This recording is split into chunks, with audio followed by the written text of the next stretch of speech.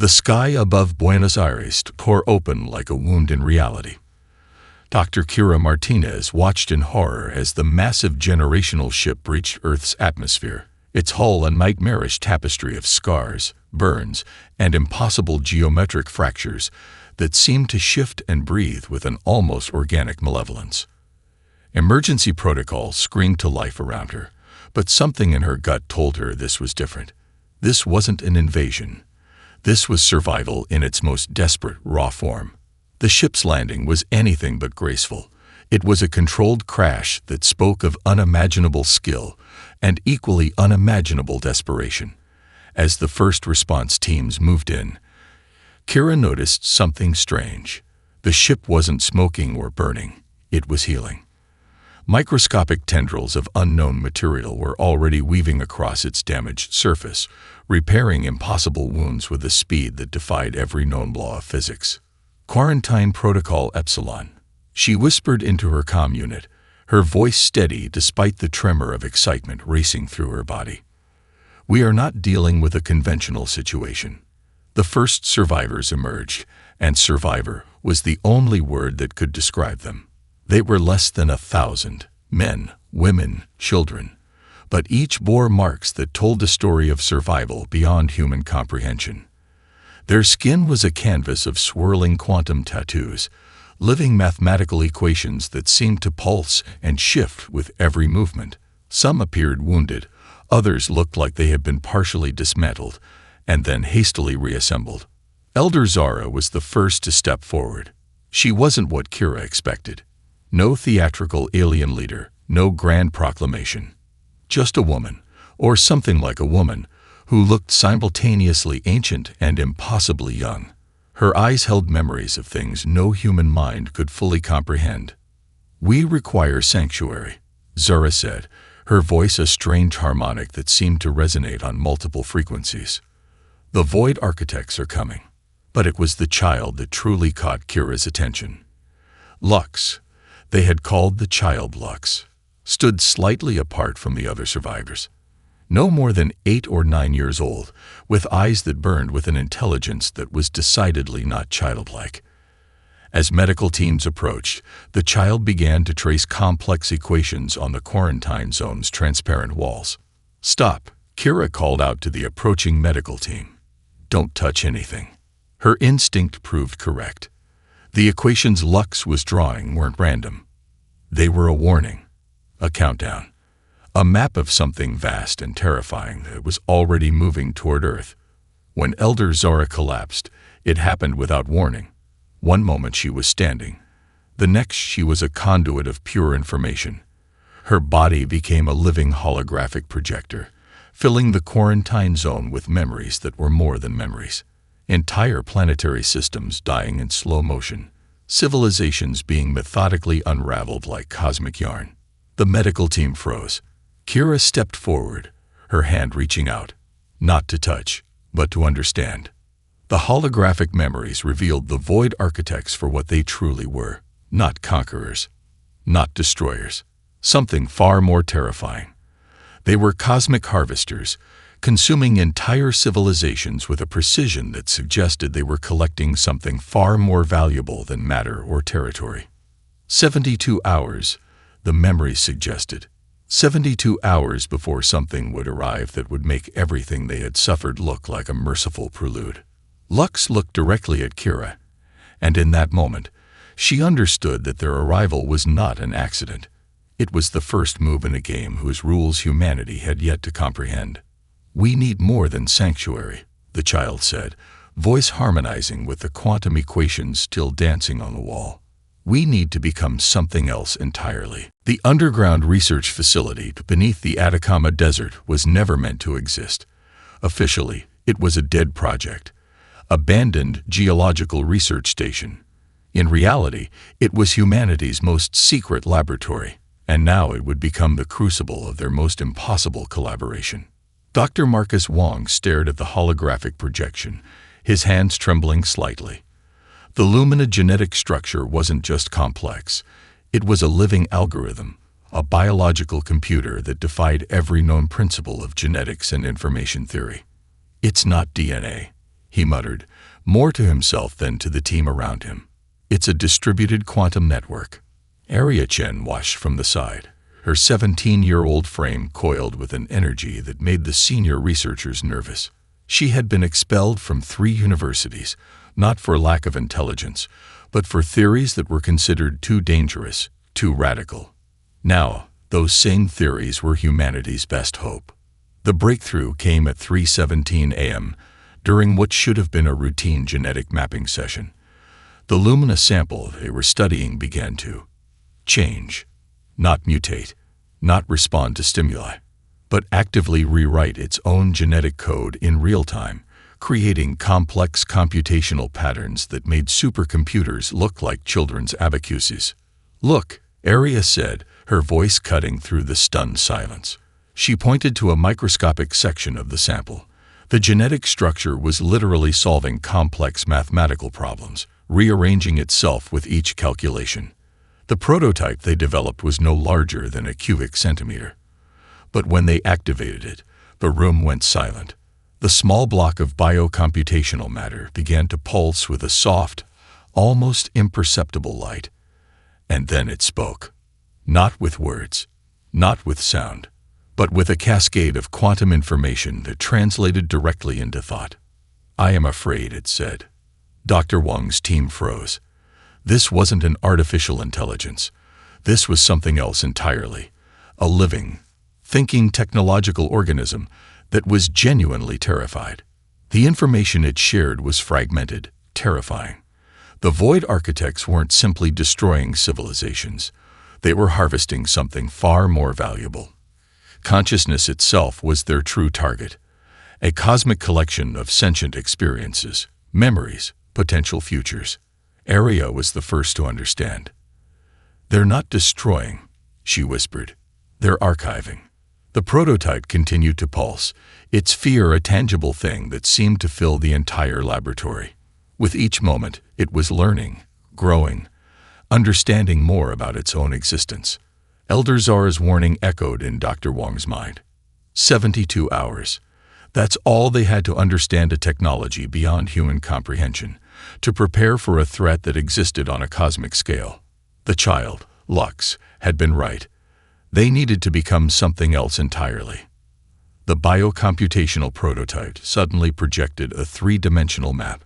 Star systems, civilizations, the paths of the Void Architects, a cosmic web of destruction and collection that had been ongoing for millennia. "We are next," the prototype said, not as a threat, not as a prediction, but as a simple, terrifying fact. Arya looked at Dr. Wang. In that moment, they both knew nothing would ever be the same again. Humanity was about to take its first step into a larger, more terrifying universe, and they would do it not through weapons or traditional science, but through a radical reimagining of what it meant to be alive. The first sign of the Void Architect's approach was silence. Jack Reyes watched the astronomical monitoring screens with a predator's intensity. A veteran of conflicts that never made it into official records, he understood patterns of destruction better than most. This was different. Entire star systems were simply disappearing, not exploding, not burning, just erasing themselves from existence with a precision that defied comprehension. The Kepler 452 system was the first to go. 12 planets, 2 asteroid belts, a yellow dwarf star, all gone in less than 17 minutes. No radiation, no electromagnetic pulse, just a clean, surgical extraction that left behind nothing but a void of quantum potential. "They're not destroying," Elder Zara said, standing beside him. Her quantum-encoded body was a living archive of cosmic destruction. "They're processing." Lux sat in the corner of the monitoring station, the child's fingers dancing across a holographic interface that seemed to breathe and pulse with living mathematics. Each movement created complex equations that mapped potential trajectories, predicted impossible outcomes. "Processing what?" Jack demanded. The child's response was chilling. Everything. The Lumina had brought more than survivors. They'd brought a warning etched into their very genetic structure. A living record of civilizations consumed, collected, transformed. Each of the survivors bore quantum scars that told stories of entire species reduced to pure information. Dr. Kira Martinez entered the room, her latest analysis clutched in her hand. "It's not just matter they're taking," she said, her voice tight with barely contained scientific excitement and terror. "They're harvesting consciousness itself." The prototype biocomputational system, developed in the Atacama Desert, began to pulse in resonance with Lux's calculations. It was learning, adapting, understanding the Void Architect's methodology with each passing moment. Jack pulled up the latest astronomical data. The Void Architects moved like a living algorithm, consuming star systems with a methodology that suggested purpose beyond mere destruction. They weren't random. They were methodical, precise. "They're collecting something," Lux said, the child's voice a harmonic that seemed to exist on multiple frequencies. "And we're next." The first direct communication came unexpectedly. Not through radio waves or electromagnetic signals, but as a quantum imprint that appeared simultaneously across every monitoring system. A message that was less language and more pure conceptual information. Designation. Potential QOLECTION point identified. The message wasn't a threat. It was a clinical classification. Jack watched as Lux began to interface directly with the biocomputational prototype. The child's quantum-encoded body became a living bridge between human technology and something far more complex. Equations danced across every screen, mapping potential defensive strategies that existed beyond traditional understanding of warfare. Elder Zara stepped forward, her body beginning to shimmer with stored memories of 1,000 consumed civilizations.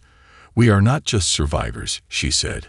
"We are the last repository of a resistance that has fought the Void Architects across generations of cosmic time." The prototype suddenly projected a three-dimensional map, not of star systems, but of consciousness itself, a cosmic web of collected experiences, potential futures, entire species reduced to pure informational potential. 72 hours remained. Humanity was about to learn that survival was not about resistance. It was about becoming something entirely new. The stellar forge erupted into existence 300 kilometers above Earth's surface, defying every known law of physics and engineering. Dr. Elena Rodriguez watched in awe as the structure materialized. Not constructed, but born. It wasn't a space station.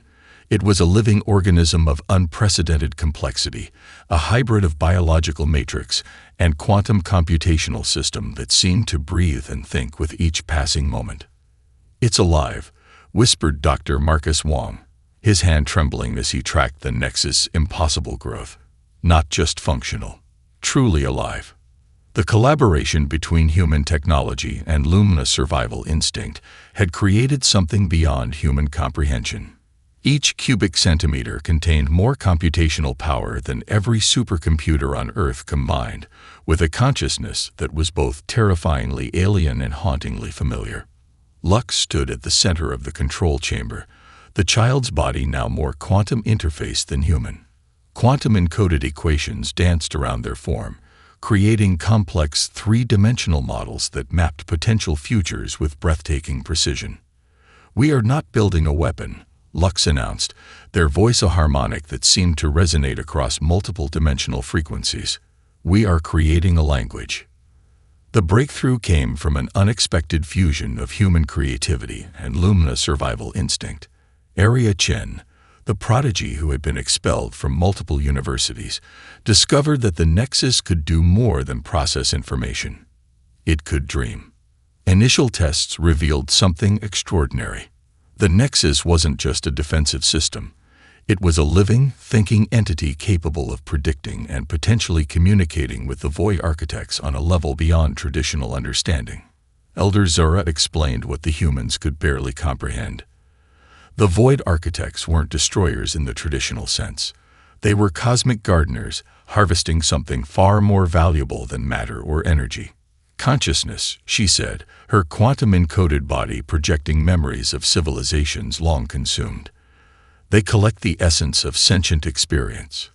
The reality anchor technology developed by Elena Rodriguez was nothing short of miraculous.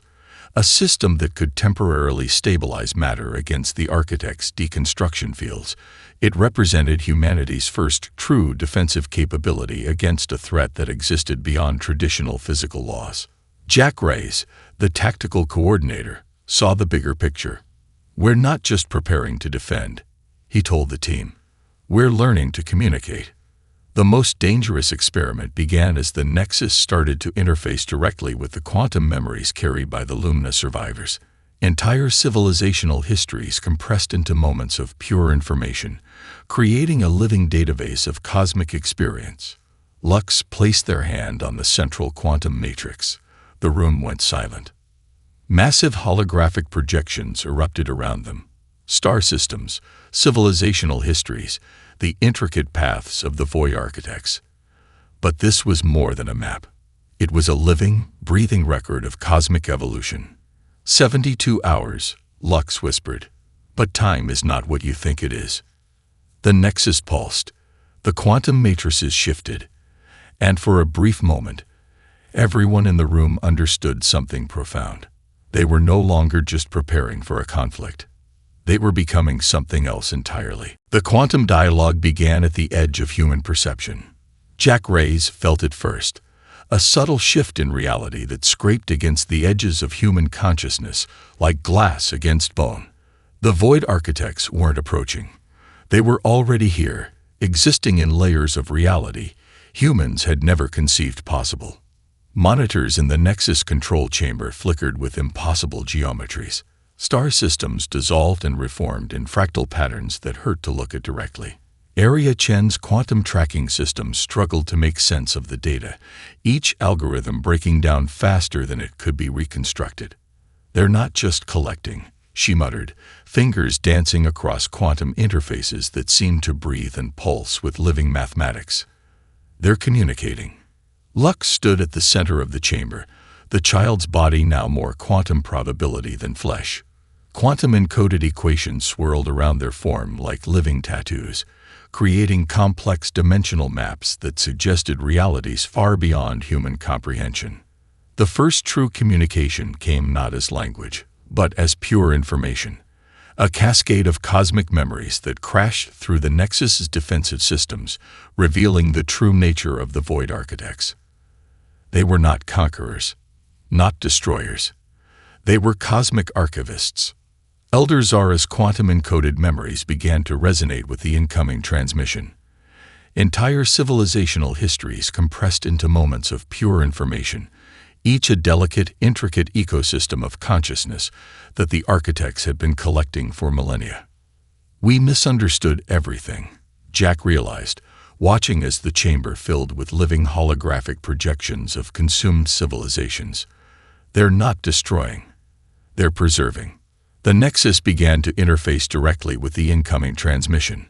What humans had created was no longer just a defensive system. It was becoming a living translation matrix, a bridge between human consciousness and something far more complex. Dr. Elena Rodriguez tracked the impossible data stream. Each moment of transmission revealed layers of cosmic understanding that challenged every fundamental principle of human knowledge. The Void architects weren't collecting physical matter. They were harvesting potential, every possible future, every unborn thought, every unrealized moment of existence. Jack felt something break inside him as the transmission reached its peak. For a brief, terrifying moment, he experienced the collected consciousness of thousands of civilizations. Memories that were not memories, futures that had never happened. Potential experiences compressed into singular moments of pure information. When he came back to himself, he was fundamentally changed. "We are a collection point," Lux announced, the child's voice a harmonic that existed on multiple frequencies simultaneously. Not a civilization to be consumed, but a potential to be understood. The Void architect's response was both a threat and an invitation. A cosmic algorithm that suggested humanity had two choices: become part of the collection or become something else entirely. Area watched as the quantum interfaces began to rewrite themselves. The Nexus was learning, adapting. transforming with each moment of contact. 36 hours remained. Humanity stood at the precipice of a transformation beyond anything they could have imagined. Not a battle, not a war, but a fundamental reimagining of what it meant to exist. The living algorithm became self-aware on a Tuesday. The Nexus writhed with consciousness, no longer just a technological marvel, but a sentient entity that existed simultaneously across multiple layers of reality. Dr. Arya Chen watched in breathless wonder as the quantum matrices transformed, creating computational patterns that defied every known principle of information theory. Jack Reyes stood transformed. His consciousness, fractured and reassembled by the cosmic memories he'd experienced, was now something more than human. Quantum-encoded memories danced behind his eyes, civilizations rising and falling, potential futures blooming and collapsing in milliseconds.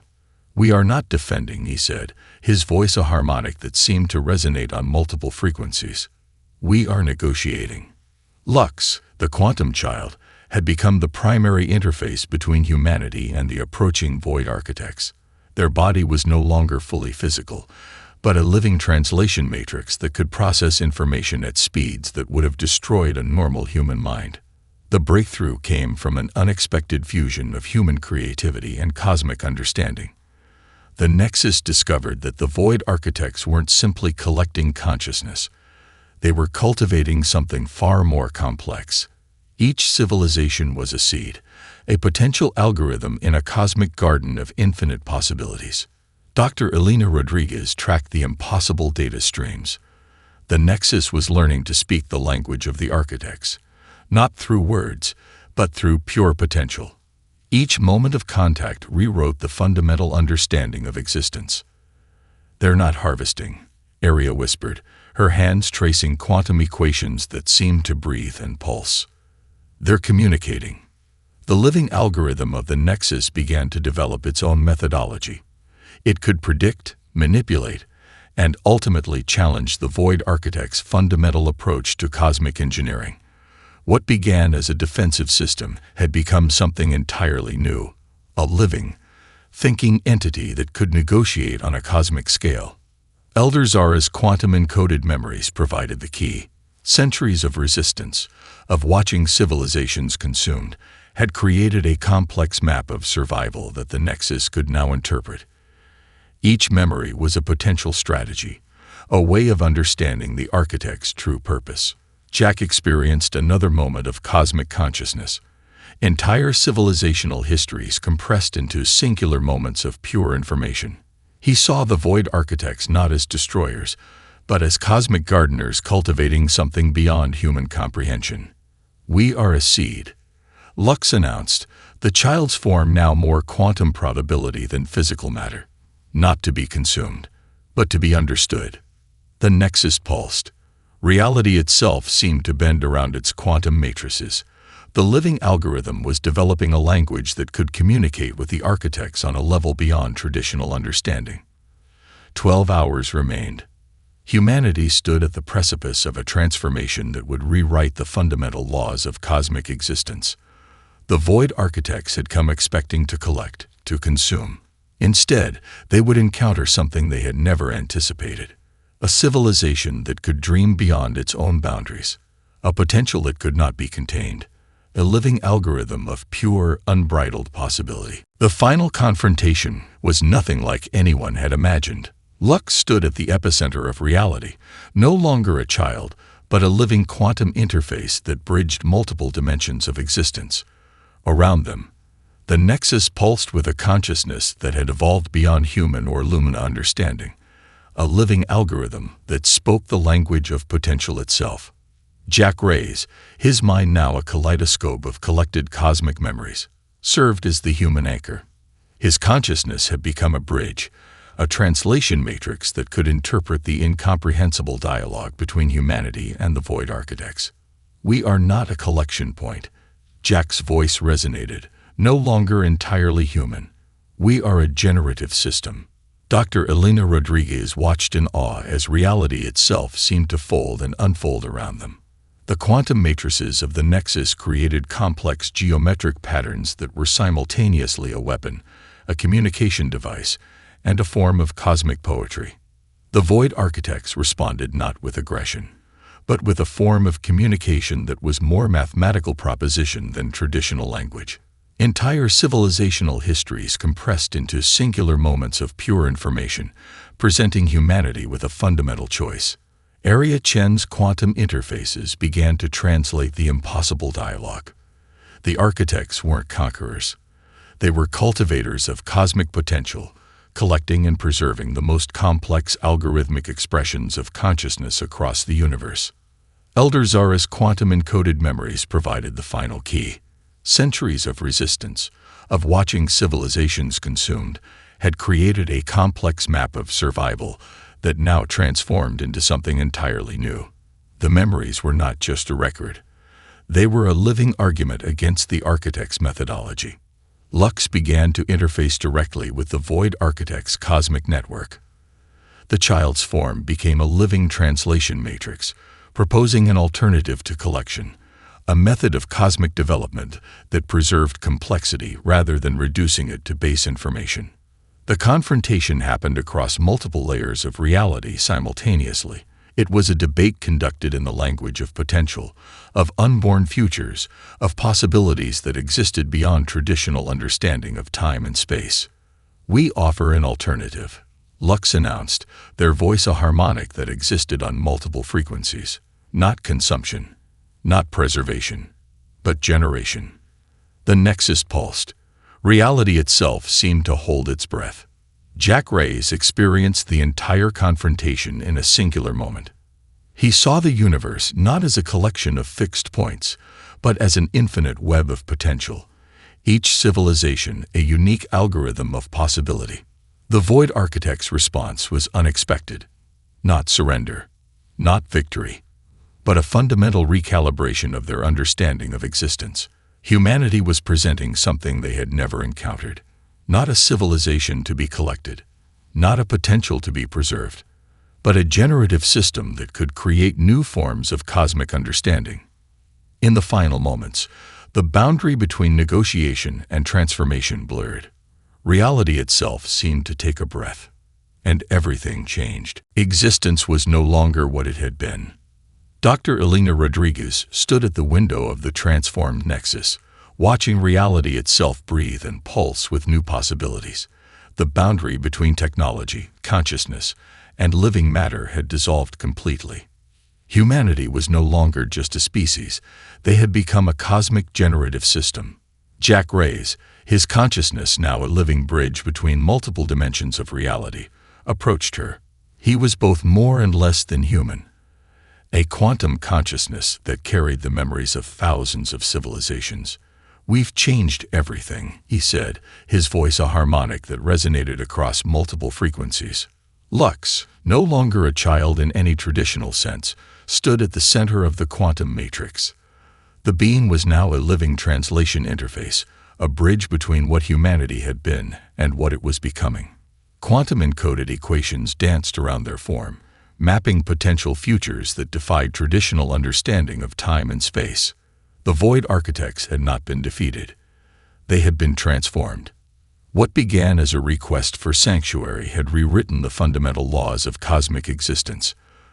The generative system humanity had created was something entirely new, a method of universal development that preserved complexity, encouraged innovation, and viewed consciousness as a dynamic, evolving process. Area Chen's final calculations revealed the true magnitude of their transformation. The Nexus was not just a technological marvel or a defensive system. It was a living algorithm of pure potential, capable of generating entire universes of possibility. We are no longer collectors or survivors. Elder Zara's quantum-encoded memories resonated through the Nexus. We are creators. The first transmission sent out into the universe was not a declaration of victory. It was an invitation, a complex quantum signature that proposed a new method of cosmic interaction, one based on generation rather than consumption, on potential rather than preservation. Civilizations across the galaxy would receive this transmission. Some would understand, some would not, but everything had changed. Jack experienced the entire transformation in a singular moment. He saw the universe as a complex web of potential, each civilization a unique algorithm waiting to be explored, to be understood, to be generated. The Lumina survivors, those who had arrived seeking sanctuary, were no longer refugees. They had become the architects of a new cosmic understanding. Their quantum-encoded memories merged with human potential, creating something that transcended both species. Lux turned, their gaze encompassing the entire nexus. "We asked for a place to sleep," the being said, "and we were given something far more profound, a place to dream." The quantum matrices pulsed. Reality itself seemed to expand and contract, breathing with new possibilities. Humanity had not just survived, they had reimagined the very concept of existence. And the stars themselves would never be the same again.